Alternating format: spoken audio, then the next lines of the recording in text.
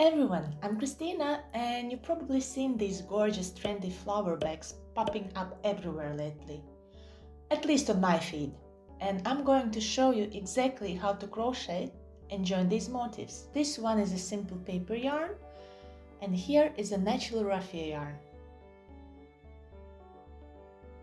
For the paper yarn, I use 5mm crochet hook and I start with 12 single crochet in the magic ring and join in the round with a slip stitch.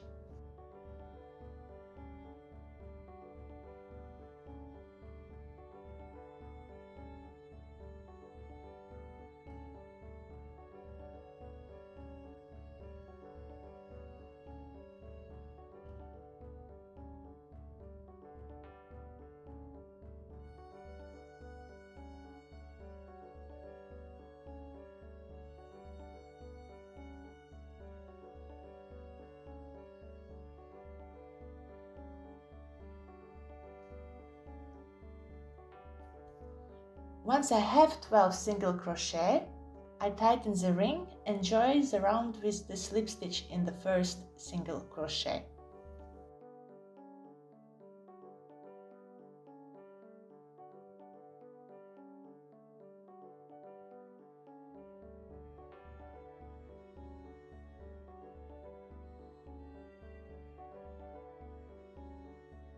Start round 2 with chain 3. Chain 1 for the height and another 2 for the arch. Skip 1 stitch and slip stitch in the second stitch.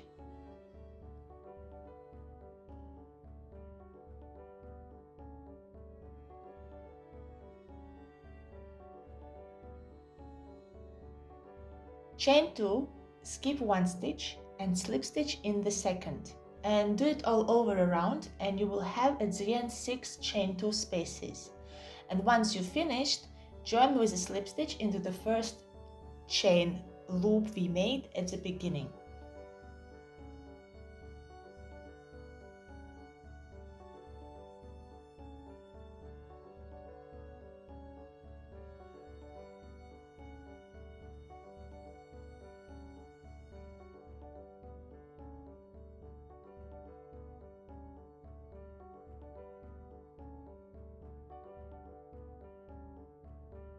I have 6 arches of chain 2 spaces, and in each of these chain 2 spaces I crochet 1 petal, 6 petals in total.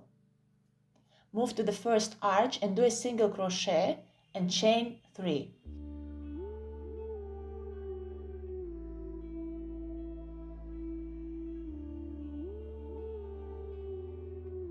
Now yarn over and pull a loop quite high to align with your chain. Finish it as a standard double crochet. You need to make 5 long double crochet stitches in total here in the center. Once those 5 are done, finish the petal with the chain 3 and a single crochet into the same arch. This gives the petal a beautiful rounded shape.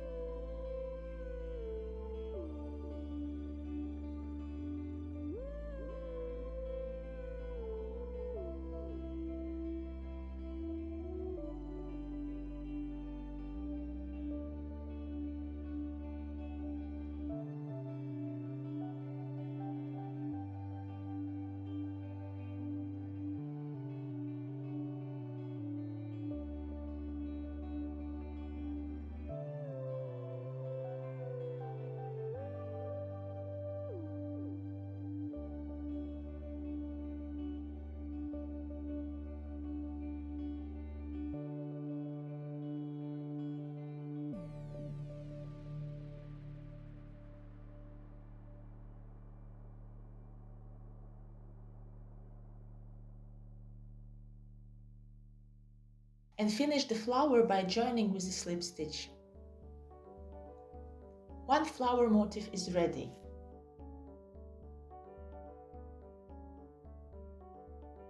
Now, how can you join the flowers? Crochet the second flower and leave unfinished the fifth petal, just before the chain 3 and single crochet. Remove the hook from the loop, find the ready flower and put the crochet hook on the top of the last long double crochet stitch from front to back and join with the current flower motif. And then continue chain 3 and single crochet in the chain 2 space.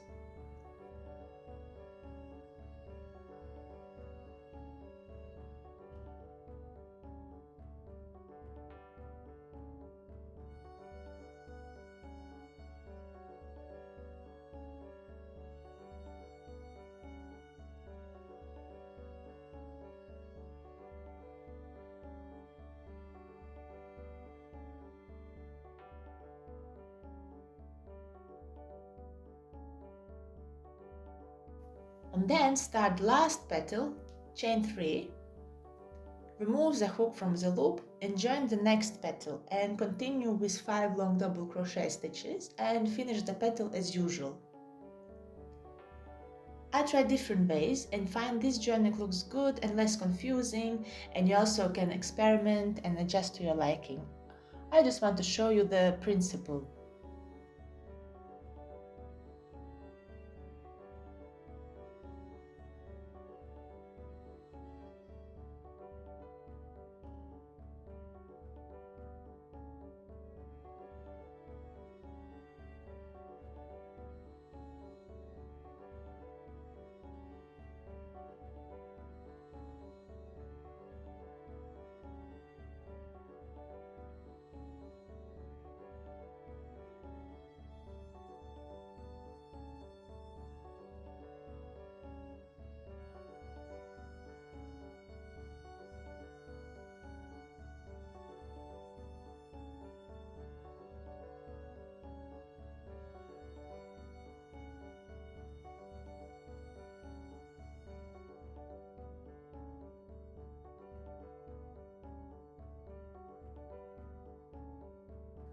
Now let's take a look at how this translates to natural raffia.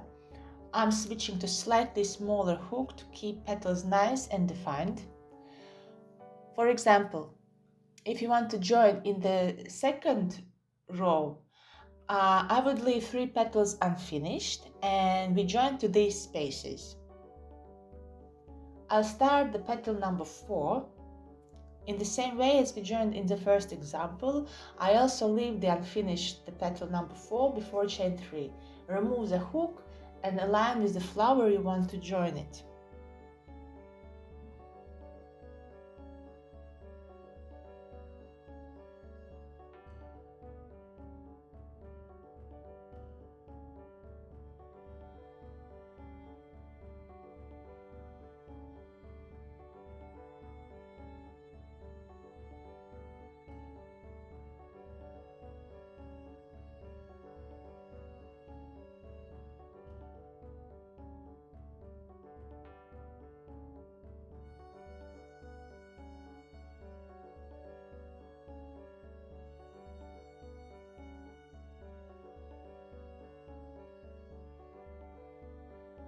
And finish the petal with chain 3 and a single crochet. Start petal number 5 and before long double crochet stitches, find the joining spot.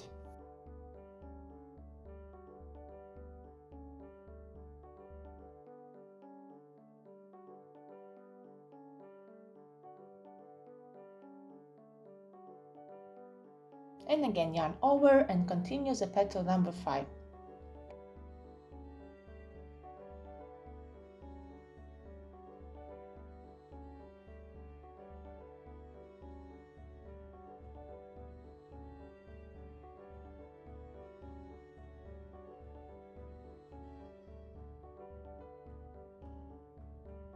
Again, don't finish before chain 3 and align with the next joining spot.